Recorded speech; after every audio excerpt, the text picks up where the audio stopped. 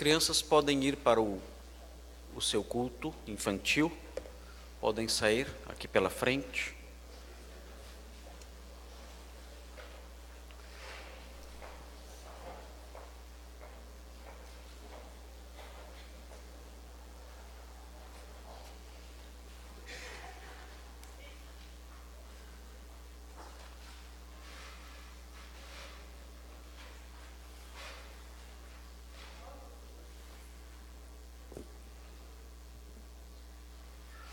Irmãos, hoje vamos começar o capítulo 7 de Gênesis, depois de vários meses nesse livro. Chegamos agora ao capítulo 7, continuamos aí no episódio referente à vida de Noé.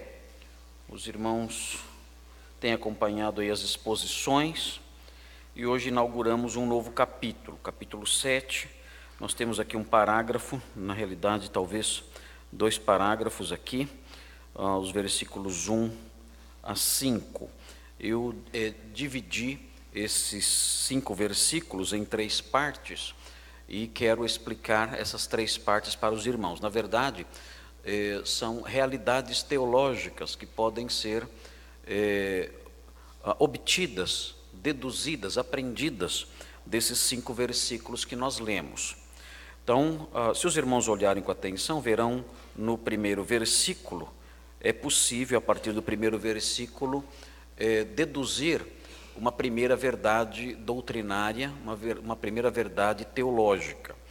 E essa primeira verdade teológica, doutrinária, que emana do versículo 1, é a seguinte: Deus salva o justo do juízo. Vou repetir a verdade doutrinária, teológica, que emana do versículo 1, Deus salva o justo do juízo. É importante frisar essa verdade em face do universalismo que existe hoje em dia.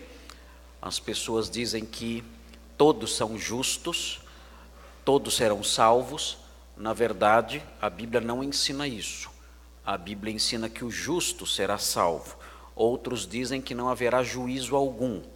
Na teologia bíblica, isso seria negar a verdade. Haverá sim um juízo. De modo que a partir do versículo 1 nós podemos deduzir essa verdade, e essa verdade é reforçada por outras partes, tanto do Antigo como do Novo Testamento. Deus salva o justo do juízo.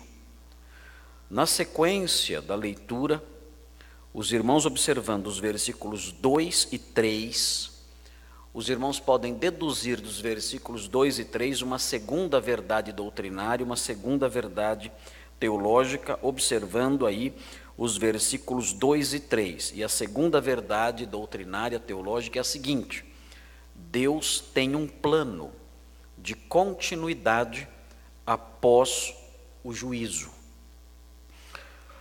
Deus tem um plano de continuidade após o juízo. Isso se aplica ao juízo do dilúvio, conforme veremos.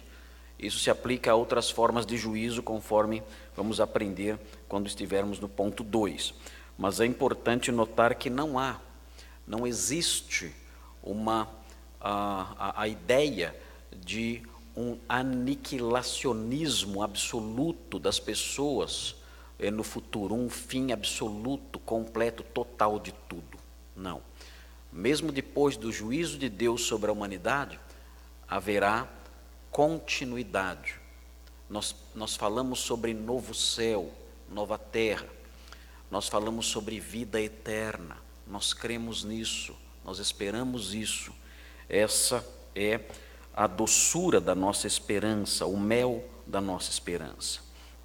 E, dando sequência nos versículos 4 e 5, nós temos uma terceira verdade teológica que nós vamos frisar a seu tempo.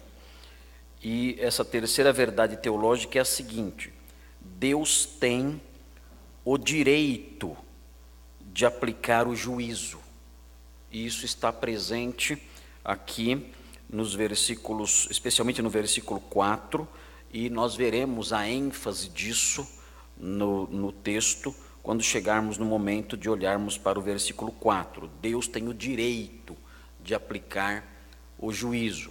As pessoas de hoje em dia têm uma visão errada de Deus. As pessoas de hoje em dia acreditam que Deus tem deveres para com elas. É um grande devedor delas. E tem a obrigação de fazer o que elas querem e de ser como elas querem. Não só de fazer, mas também de ser o que elas bem entendem. Infelizmente, para elas, essa expectativa está fadada ao fracasso, está fadada à condenação, porque, na verdade, a Bíblia apresenta um Deus muito diferente. E a Bíblia mostra um Deus que tem e expressa o direito de aplicar o juízo. E nós vemos isso nas Sagradas Escrituras e nós vamos aprender isso também. Hoje nós temos a ceia do Senhor, vamos celebrar a ceia do Senhor hoje, era para ser domingo passado, mas nosso calendário se sobrepôs com os batismos, então nós mudamos a ceia do Senhor para hoje. Então, hoje então eu vou pregar o primeiro ponto dessa mensagem. E o primeiro ponto é: Deus salva o justo do juízo. Esse é o ponto que eu vou pregar hoje. Então hoje eu vou pregar só o versículo 1 da mensagem. Não, vou pregar um terço da mensagem só. Não vou pregar a mensagem toda, não vai dar tempo. Na semana que vem, se Deus permitir, aí eu prego o ponto 2 e o ponto 3 da mensagem. Mas hoje só vou pregar o ponto 1 e espero terminar o ponto 1. Espero conseguir acabar o primeiro ponto, porque eu não posso me prolongar porque temos a ceia do Senhor. Mas é necessário que os irmãos estejam atentos, acompanhando o que eu vou explicar, acompanhando o que eu vou dizer. E isso porque o sermão ele tem um aspecto didático. O sermão tem o propósito, entre outras coisas, de ensinar. E para que nós aprendamos é necessário atenção, é necessário esforço. Aprender algo num sermão é diferente de sentar na frente de um aparelho de televisão. Lá no aparelho de televisão a gente relaxa a mente, aí ficamos lá, recebendo as informações ali coloridas. Num sermão é diferente. Num sermão nós somos mais humanos. Nós somos convidados a exercer mais a nossa humanidade, a sermos mais gente, a usarmos mais o nosso intelecto. Um bichinho até pode assistir um filme, ele não vai entender muita coisa. Mas eu sei de animaizinhos que assistem televisão e ficam lá vendo as cores e acompanhando tudo e se assustando com algumas coisas, mas estão lá vendo e estão seguindo em frente, até curtem bastante, né? Talvez sejam até alguns assinantes aí da Netflix, aí não sei, né? Mas num sermão é diferente. Num sermão nós somos convidados a exercitar a nossa real humanidade. Num sermão nós somos convidados a exercitar o nosso intelecto. Isso é próprio de nós e dos anjos. Isso é próprio de nós, dos anjos e de Deus. Nós temos um intelecto, nós podemos aprender, mas para isso é necessário um certo esforço, porque as nossas mentes são preguiçosas, como tudo em nós tende à preguiça. As nossas mentes são preguiçosas, nós precisamos então nos policiar e nos vigiar, e então nos aproximarmos do texto com atenção, visando assimilar o que ele nos diz, e ao fim de tudo, descobrirmos na palavra de Deus aquilo que ela fala e que serve para nos corrigir e alterar a nossa vida. Mas para isso é necessário essa dedicação, esse empenho, esse esforço na atenção àquilo que é ensinado. Então nós vamos olhar o ponto 1, e o ponto 1 é: Deus salva o justo do juízo. Esse é o ponto 1. Deus salva o justo do juízo. Se vocês olharem com atenção o primeiro versículo, vão ver que o versículo começa assim: disse o Senhor a Noé. O que vem a seguir são só palavras de Deus, só, com exceção do versículo 5. Então, a maior parte desse parágrafo é uma citação daquilo que saiu da boca do próprio Deus. É Deus quem vai falar todo esse tempo, nós estaremos estudando aqui palavras que Noé escutou da boca de Deus. São palavras importantíssimas. Não é qualquer pessoa que está falando. Nós estamos escutando, estamos lendo, estamos acompanhando, passaremos a acompanhar agora coisas que Deus falou. E se Deus falou, é muito importante que prestemos atenção. Vamos ver o que Deus disse. E vamos extrair disso que ele disse, verdades importantes para nós. O texto diz, então, assim que abre aspas, talvez algumas Bíblias tenham aspas, porque agora o que temos aqui são palavras de Deus. E o texto diz assim: entra na arca. Começa assim a palavra de Deus: entra na arca. A arca, se os irmãos olharem no versículo anterior, no versículo 6, 22, capítulo 6, versículo 22, diz assim: assim fez Noé consoante a tudo que Deus lhe ordenara. Ou seja, a arca estava pronta. Acabou a arca. Essas palavras são ditas quando a arca está já pronta. E então Deus diz a Noé: entra na arca. É curioso que na narrativa do dilúvio, esse momento é muito enfatizado, o momento em que Noé entra na arca. Vejam o versículo 18 do capítulo 6, 6:18. Veja o que diz. Fala assim, Deus falando, 6:18. Contigo, porém, estabelecerei a minha aliança. E ele diz: entrarás na arca. Ele realça esse momento: entrarás na arca, tu e teus filhos. Aí ele prossegue falando. No capítulo 7, no versículo 7, a nova ênfase a esse momento. O texto diz no versículo 7 do capítulo 7: por causa das águas do dilúvio, entrou Noé na arca, ele com seus filhos, sua mulher e as mulheres de seus filhos. Há uma ênfase nisso, Noé entrando na arca. Vejam o versículo 13. Nesse mesmo dia entraram na arca Noé, seus filhos Sem, Cã e Jafé, sua mulher e as mulheres de seus filhos. Há uma ênfase na narrativa nesse momento, é um momento crucial. Por quê? Porque é um momento de redenção. É o momento do livramento, é o momento decisivo do livramento. E talvez o momento mais importante na vida de Noé, o dia em que Noé, os seus filhos, suas noras e sua esposa entraram na arca. Talvez o dia mais importante da sua vida. Talvez o momento mais decisivo de toda a sua longa história. O dia em que Noé entrou na arca. E quando nós olhamos para algo assim, nós devemos lembrar que nós também temos uma arca de redenção. Há também uma arca de salvação preparada para livrar o homem do juízo. Há hoje ainda uma arca de salvação preparada para livrar o homem do juízo. E essa arca é a cruz. O Senhor morreu na cruz do Calvário para nos prover um meio de salvação, o único meio de salvação do juízo que virá. E o momento mais importante na sua vida é o momento em que você entrar na arca. E é importante você tirar agora os olhos da história de Noé e olhar para a sua história.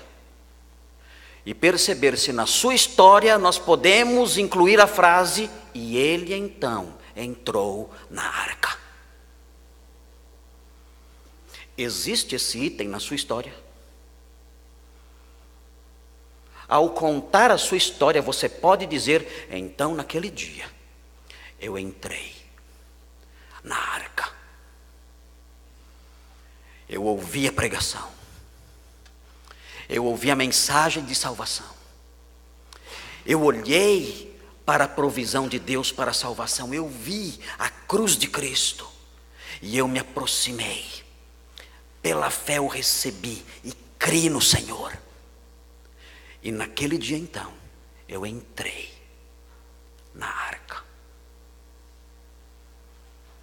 Posso incluir isso na sua história? Você pode incluir isso na sua história? Ao contar a sua história, você pode colocar isso, você pode dizer isso: um dia eu entrei na arca da cruz e eu fui salvo. Que venha o dilúvio de Deus, que venha o juízo de Deus sobre mim, sobre este mundo, que venha o juízo de Deus na história. Nós sabemos que virá, a palavra de Deus diz que virá, que venha esse juízo. Eu entrei na arca, o Senhor me acolheu, me recebeu na sua casa, eu estou salvo, estou seguro, eu descanso, eu entrei na arca.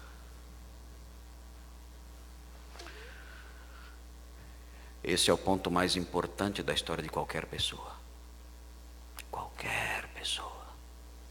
O ponto mais importante da sua vida não é o dia em que você nasceu, não é o dia em que você se formou, não é o dia em que você se casou, não é o dia em que você entrou para aquele novo emprego, não. O dia mais importante da sua vida é o dia em que você entrou na arca. E se isso não aconteceu com você ainda, quão perigoso é o seu futuro e quão trágico será o seu fim. É necessário que você entre na arca hoje, enquanto a porta está aberta. É preciso você entrar na arca hoje, se aproximar do Senhor hoje e dizer: Senhor, eu quero entrar. O Senhor abriu o caminho, o Senhor proveu o meio de salvação, o Senhor está com os braços abertos, a porta da arca está aberta. Eu creio no Senhor Jesus Cristo, quero entrar, quero ser recebido, quero ser salvo, perdoa-me, recebe-me. Ele o receberá. E você poderá dizer: naquele dia, eu entrei na arca. Não é sem motivo que o texto de Gênesis enfatiza o dia que entraram na arca. Foi um dia importante e deve ser um dia importante para você também. Mas o texto prossegue, o texto caminha. Vejam na sequência o que o texto diz: disse o Senhor a Noé, é Deus falando, entra na arca. E aí vem: tu e toda a tua casa. Nós não sabemos muitas coisas sobre a casa de Noé. Que informações nós temos sobre Sem, Cã e Jafé? São poucas coisas que nós sabemos sobre eles. Sobre a vida deles antes disso, não sabemos nada. A Bíblia diz que Noé era um homem justo, mas não fala a mesma coisa de Sem, Cã e Jafé. Não fala a mesma coisa da sua esposa e das suas noras. Não diz nem o nome das suas noras e nem o nome da sua esposa. As mulheres deveriam ficar indignadas com isso. Eles passaram tanto tempo lá cuidando de bicho, deveriam pelo menos citar o nome delas aqui. Nós não sabemos nada, nem o nome delas. Nada é dito sobre elas. E não sabemos nada também sobre a vida anterior dos moços. No entanto, o texto diz: tu e toda a tua casa.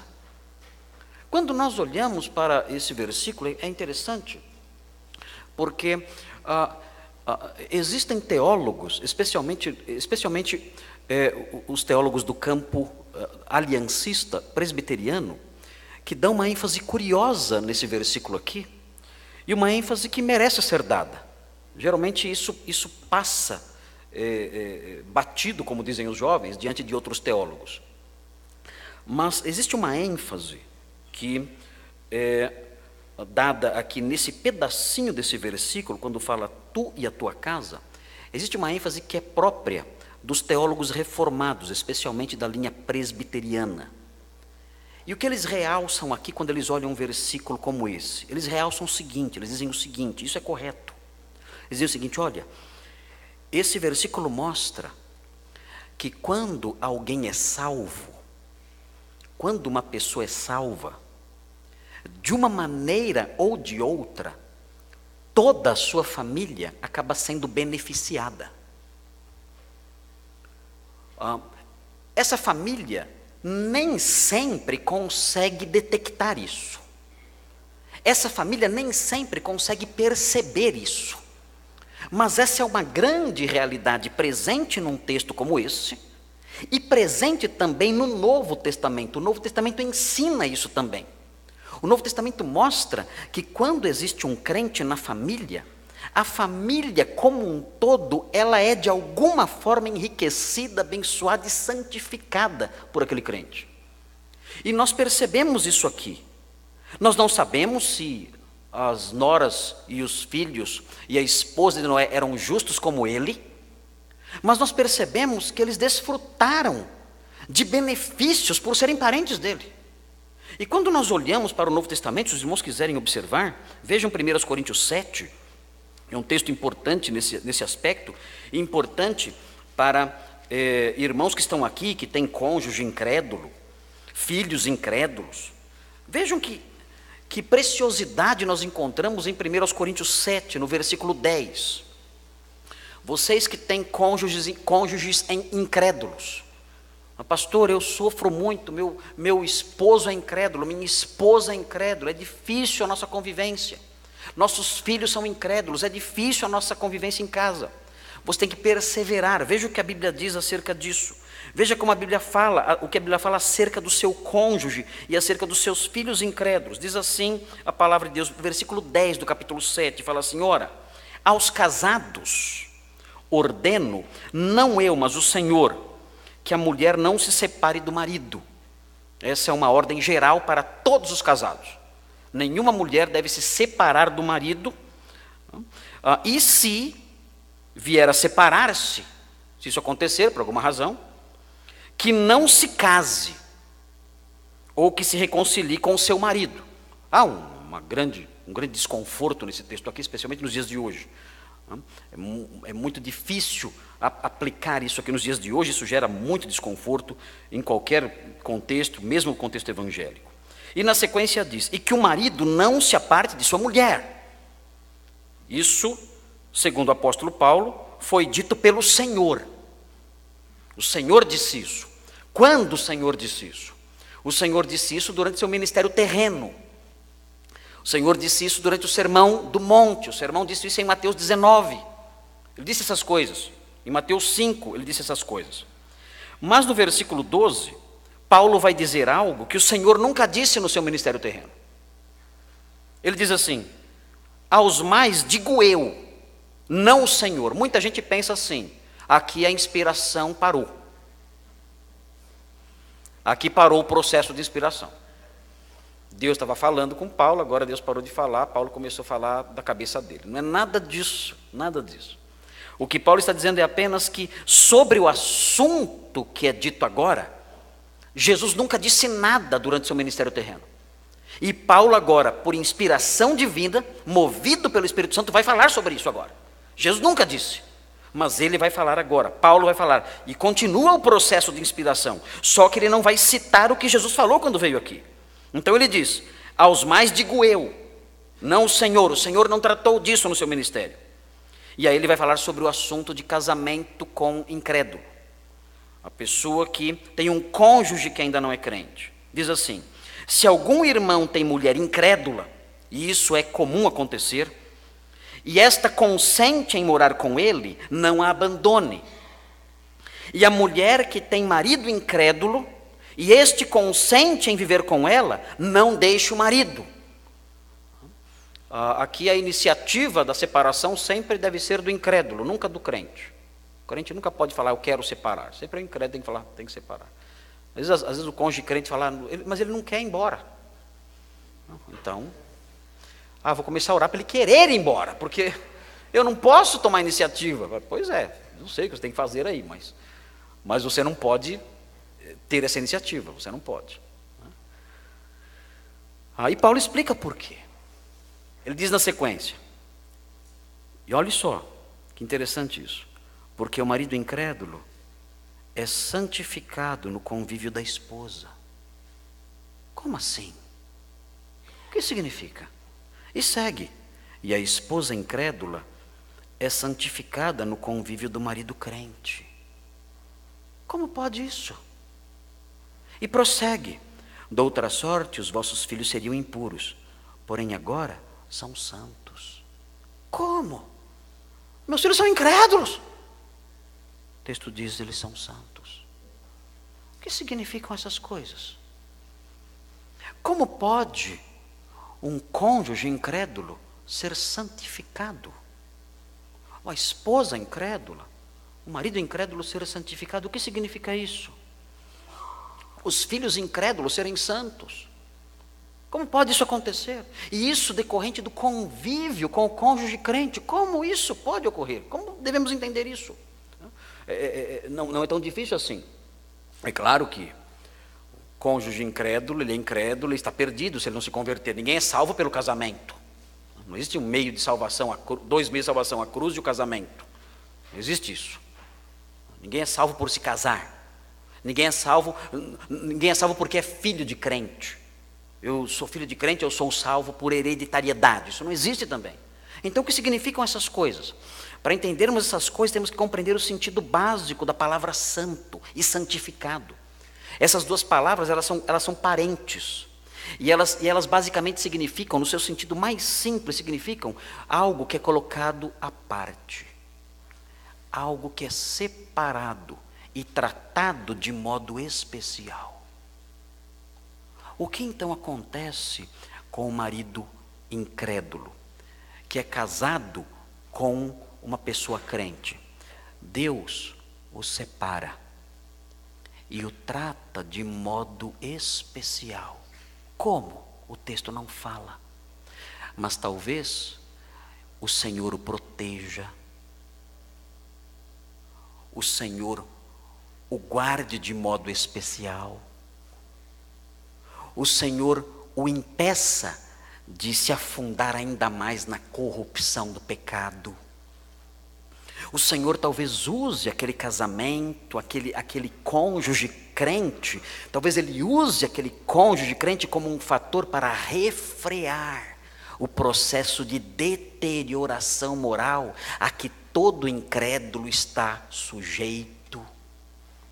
Mas ainda que não saibamos o modo como Deus age aqui, nós aprendemos que aquela pessoa, ela é beneficiada, Deus a coloca de parte. Deus a separa e a trata de modo diferente, especial. Talvez aquele cônjuge incrédulo nunca se converta, mas ele se beneficia do convívio do crente, de maneiras que a palavra de Deus não esclarece, mas ele se beneficia. E os filhos também se beneficiam por terem um pai, uma mãe crente. Eles são abençoados, eles são protegidos, eles são beneficiados pelo fato de terem um genitor que pertence ao Senhor. Então, você que está aqui, tem marido incrédulo, esposa de marido incrédulo, homens que estão aqui que têm esposa incrédula, às vezes desanima um pouquinho. Como eu queria sair correndo, como eu queria largar tudo. Não é fácil, é difícil perseverar. Lembre-se, você é um canal de bênção para o seu cônjuge. Mesmo ele sendo incrédulo, o Senhor usa você para protegê-lo e para abençoá-lo. E isso aconteceu com a família de Noé. Os familiares de Noé foram beneficiados. O texto diz: entra na arca tu e toda a sua casa. E prossegue dizendo: porque reconheço que tem sido justo diante de mim. Olhando para o texto aí, vejam a palavrinha que aparece logo na sequência. O texto diz: porque reconheço. Não sei se está assim em todas as traduções, mas o que o texto diz literalmente aqui é: porque tenho visto. Porque tenho visto que tens sido justo diante de mim. Essa seria a tradução correta. Eu tenho visto que tem sido justo. Quando nós olhamos o capítulo 6, versículo 5, o texto diz: viu o Senhor que a maldade do homem se havia multiplicado. Deus olhou para a humanidade e viu a humanidade. Agora ele olha para Noé e fala: eu tenho visto você, eu tenho olhado para você, eu tenho olhado para a humanidade e tenho olhado para você. O versículo 12 do capítulo 6 diz: viu Deus a terra e eis que estava corrompida. Deus olha para a terra e faz uma avaliação moral da terra. Quando ele olha para Noé, o texto diz no versículo 1: eu tenho visto que tens sido justo. Essa expressão, somada às outras ocorrências, no capítulo 6, versículo 5, no capítulo 6, versículo 12, mostram Deus como um supervisor da terra e de cada indivíduo. Deus é um supervisor, e notem bem, Deus é um supervisor que faz avaliações éticas, morais. Deus olha para você, mas Ele não somente olha para você, Ele olha para você avaliando você. E avaliando você dentro dos padrões dEle, não dos seus. Ele olhou para o mundo de Noé, olhou para aquela raça, para a humanidade ali daqueles dias, e disse: essa humanidade, essa geração é perversa. E ele olhou para Noé e disse: este homem é justo. De maneira que essas histórias relacionadas a Noé mostram Deus assim, como um supervisor ético, como um supervisor moral. Deus olha para cada um, avaliando se a pessoa é justa ou não. Deus olha para o seu caminhar. Deus olha para a sua vida. Deus olha para cada coisa que você diz e faz. E Ele avalia isso. E ele pronuncia o seu parecer. Ele diz: isto é certo, isto é errado, isso é justo, isso é injusto. Deus faz isso. Nós não estamos sozinhos. Nós não estamos caminhando nesta vida livres de um Deus que tudo vê, e tudo avalia, e tudo julga. Não. E nós todos compareceremos dele um dia para prestar contas. A Bíblia mostra isso, que o Senhor conhece os nossos caminhos, e o Senhor mede, o Senhor pesa os nossos passos, o Senhor conhece as nossas palavras, e o Senhor conhece cada um dos nossos pensamentos, e o Senhor pesa todas essas coisas, e conhece todas essas coisas, e avalia todas essas coisas. Ele tudo vê. E ele olhou para Noé e disse: eu vejo que você é justo, eu vejo que você tem sido justo diante de mim. Nós já aprendemos como foi que Noé adquiriu a justiça. Nós aprendemos como Noé se tornou justo. O livro de Hebreus, no capítulo 11, mostra que Noé era justo pela fé. E é importante aprendermos isso, porque há um grande problema para a humanidade à luz disso. E o grande problema é: como Deus pode olhar para mim e dizer que eu sou justo, se Ele consegue vasculhar os lugares mais escondidos da minha vida? Como Ele pode olhar para mim e dizer que eu sou justo, se Ele consegue ver os meus pensamentos, se Ele consegue ver, se Ele consegue ouvir cada palavra minha e cada gesto que eu pratico no oculto? Como Ele pode olhar para a minha vida e dizer: esse homem é justo?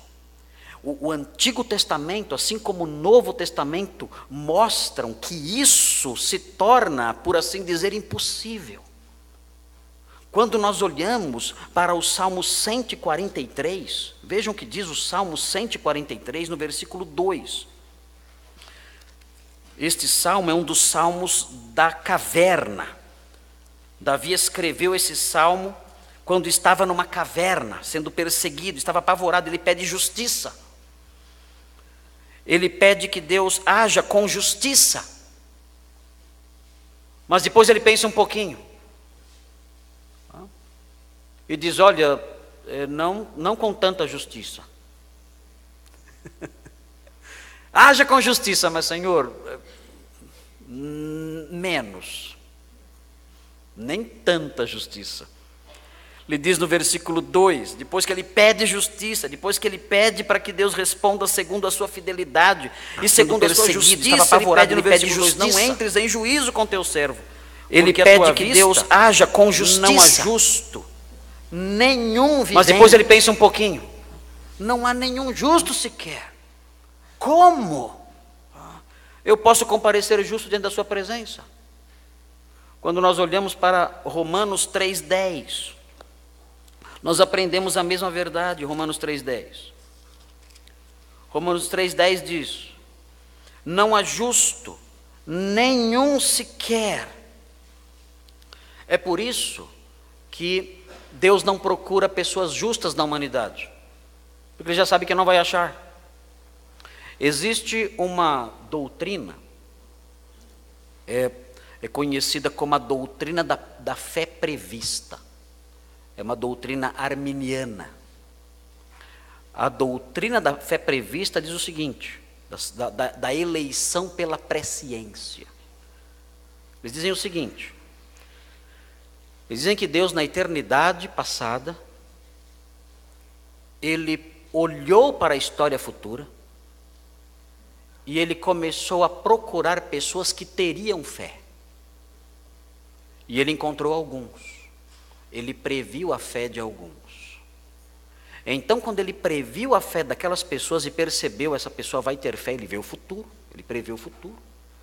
Ele então olhou e viu que aquela pessoa teria fé, Ele então escolheu aquela pessoa. Ele elegeu aquela pessoa.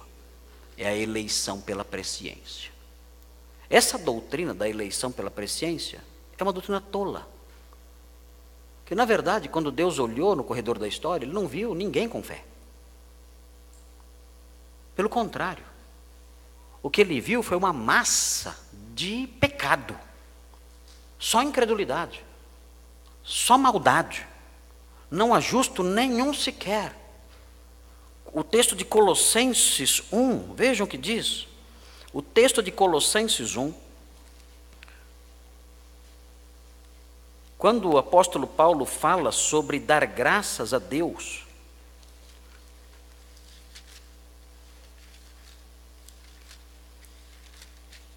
em Colossenses 1,9, quando o apóstolo Paulo fala sobre dar graças a Deus pelos colossenses, ele explica por quê.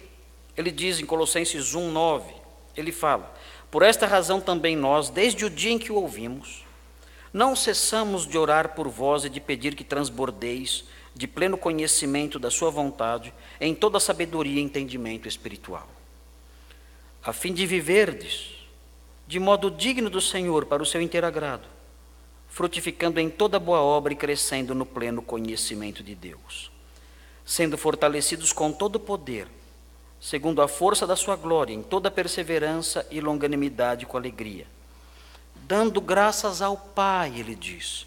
E aí veja essa frasezinha no final, que vos fez idôneos. Deus não procurou pessoas idôneas. Deus fez pessoas idôneas. Ele não procurou pessoas dignas. Ele fez pessoas dignas. Deus não procurou pessoas de fé. Ele fez pessoas de fé. Ele não olhou no corredor da história e saiu procurando quem era digno, não. Ele olhou no corredor da história e saiu escolhendo quem ele tornaria digno. É diferente. Ele olhou no corredor da história e disse: eu vou tornar aquele homem digno pela minha graça, pela minha soberana vontade. Não há nada nele que mereça isso, mas eu vou torná-lo digno, eu vou escolhê-lo. E eu vou torná-lo digno, idôneo. Eu vou conceder a ele a fé. Se ele fosse procurar alguém digno, nós sabemos muito bem quantos ele iria encontrar. Não ia encontrar ninguém. O texto diz em Colossenses 1,12, dando graças ao Pai que vos fez idôneos, Ele nos tornou dignos da parte que vos cabe, da herança dos santos na luz. Não há justo nenhum sequer. Se Deus olhasse para a humanidade no futuro procurando um justo, não acharia ninguém. Ele decidiu fazer pessoas justas, transformar pessoas indignas em pessoas dignas, transformar pessoas não idôneas em pessoas idôneas, transformar pessoas que não mereciam a sua herança em pessoas que mereceram a sua herança pela fé em Jesus, pelos méritos de Cristo. Isso ele fez, porque não há justo nenhum sequer. Como então alguém pode se tornar justo diante de Deus e se livrar do seu juízo e da sua condenação? Como Noé pôde ser encontrado justo? Como Deus pôde olhar para ele e dizer, este homem é justo? Como ele pode olhar para você e dizer, essa pessoa é justa? Nós aprendemos isso, o autor de Hebreus fala, que Noé era um homem de fé. E quando nós olhamos para Romanos 3 mostra isso também. Esse é um ensino esquecido, sempre é esquecido. É assustador como esse ensino é esquecido tantas vezes. Como nós temos que frisar essa verdade, sempre, constantemente, porque as pessoas se esquecem disso. Em Romanos 3, no versículo 19, o apóstolo Paulo diz o seguinte, em Romanos 3,19, ele fala, sabemos que tudo o que a lei diz, aos que vivem na lei o diz. Por que Paulo fala isso? Por que Paulo expressa esse pensamento aqui? Se os irmãos olharem o versículo anterior, ou os versículos anteriores, vão ver que existe uma descrição da humanidade aqui. Versículo 10 que nós já lemos fala, não há justo nenhum sequer, não há quem entenda. E ele vai narrando como vai descrevendo como é a humanidade, mostrando que é uma humanidade marcada pelo pecado e pela perdição. Mas os judeus naqueles dias achavam que só os gentios eram assim. Eles pensavam, eu não me encaixo nessa descrição dos versículos 10 a 18. Os gentios sim, se encaixam nisso. Não há justo nenhum sequer entre os gentios. Não há quem entenda, não há quem busque a Deus entre os gentios. Todos se extraviaram entre os gentios. Há umas se fizeram inúteis entre os gentios. Eu não. Eu sou judeu. Eu sou do povo da aliança. Essas coisas não se aplicam a mim. Essas coisas se aplicam somente aos gentios, aos pagãos, os homens de outras nações, de outras raças. Eu não, eu sou do povo escolhido. Então Paulo diz no versículo 19, ora, sabemos que tudo que a lei diz, e aqui ele usa a palavra lei para se referir ao Antigo Testamento inteiro. O que a lei diz, ela diz aos que vivem na lei. Quem vive na lei? Vocês, judeus. Isso é para vocês, judeus. Isso é verdade sobre os gentios, sim, vocês têm razão. Mas isso é verdade acerca de vocês também. O que a lei está dizendo, ela diz aos que vivem na lei. Sabe para quê? Vou explicar para quê. O texto diz, para que se cale toda a boca. Mas eu sou judeu. Cale a boca. Mas eu sou filho de crente. Cale a boca. Mas eu vou à igreja. Cale a boca. Mas eu dou o dízimo. Cale a boca. Cale a boca. Isso aqui diz respeito a todo ser humano. Menos eu. Cale a boca. Isso é dito acerca de cada um. Para que cada um cale a boca. E todo mundo seja culpável perante Deus. Todos. Sem exceção. Ponha a mão na sua boca. Não há o que dizer. Não há desculpas. Cale a boca. O que fazer então? Ninguém escapa. Nem judeus, nem gentios. Como poderemos comparecer e dizer alguma coisa? Não podemos dizer nada. Teremos que nos calar. Verdade. E já está falando demais. Qual é a saída? O apóstolo Paulo começa dizendo no versículo 20: mas agora, existe um mas. Existe um mas. Eu costumo dizer que a palavra mais bonita da Bíblia é a palavra mas. E se existe uma palavra bonita nesse texto, é a palavra mas, que aparece no versículo 21. Ele diz no versículo 20 que ninguém será justificado diante dele por obras da lei. Os judeus não tinham como escapar do juízo de Deus. Ele fala que é pela lei que vem o pleno conhecimento do pecado. Não há esperança para ninguém, nem para judeus, nem para gentios. Todos são culpados. Não há justo nenhum sequer. Ele diz no 21, mas agora sem lei se manifestou a justiça de Deus. Como assim? O que é a justiça de Deus? Simples. Deus revelou o modo como alguém pode ser justo diante dele. Deus revelou a forma como alguém pode comparecer diante dele livre de culpa. Deus manifestou isso. Deus revelou como alguém pode comparecer diante dele e ser inocente. Deus revelou isso? Deus revelou isso.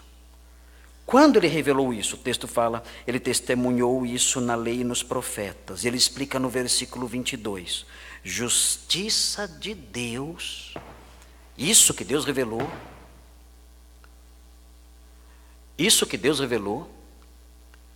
a forma como o homem pode ser justo diante dele, ele revelou e explicou que isso é mediante a fé em Jesus Cristo, para todos os que creem, porque não há distinção entre judeus e gentios. Todos pecaram e carecem da glória de Deus, todos. Não há distinção, todos estão perdidos, mas são justificados gratuitamente por sua graça, mediante a redenção que há em Cristo Jesus. O apóstolo Paulo então explica como alguém pode ser justo. Todos estão perdidos, todos são condenados, todos são pecadores, não há nenhum justo, mas Deus manifestou a forma como o homem pode ser justo, e é pela fé. O Senhor Jesus Cristo fez provisão para a redenção quando se deu por nós, e agora, pela graça de Deus, mediante a fé, o homem pode ser salvo. Como se tornar justo? É necessário crer em Cristo. E crendo em Cristo, então, nós voltamos ao início do versículo. O homem entra na arca. O texto termina no versículo 1 dizendo que Noé era justo no meio da sua geração. Isso realça a sua justiça, porque ele vivia numa geração muito ruim. E isso mostra que quanto mais escura é a noite, mais forte brilha a luz. É curioso. Às vezes tenho notícias acerca de universitários crentes. E dizem para mim assim, pastor, ele era um crente firme, mas quando entrou na faculdade se perdeu. Estranho. Porque com o crente é o contrário. O crente é exatamente o oposto. O crente, quando ele entra na escuridão, ele brilha mais, não menos. Quando a prova vem sobre o crente, ele se torna mais forte, não menos. Noé, pelo fato de viver no meio de uma geração totalmente corrompida, a sua luz brilhava ainda mais, não menos. Que história é essa? O crente de verdade é diferente. Quando a noite é mais escura, é então que nós vemos a sua luz brilhando com mais fulgor. Noé era assim. Era um homem justo de verdade, justo pela fé. E sendo justo pela fé, a sua luz brilhava. e brilhava ainda mais, quanto mais densa era a escuridão.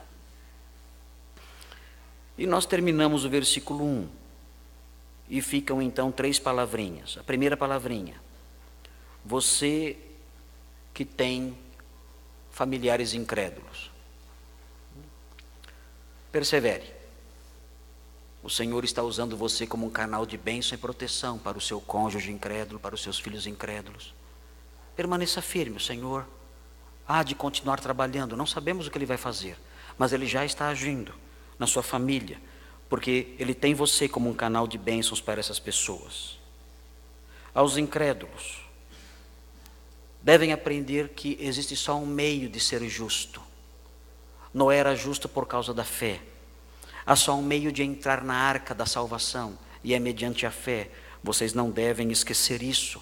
E se não entraram ainda para a arca da salvação, devem entrar hoje pela fé em Jesus.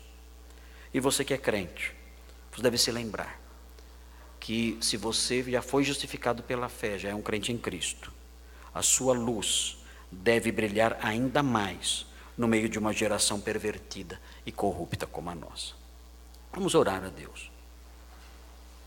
Senhor Deus, abençoa a nossa igreja, abençoa o nosso povo. Nós sabemos, a sua palavra mostra, que o Senhor salva o justo do juízo. O Senhor salvou Noé, o justo Noé.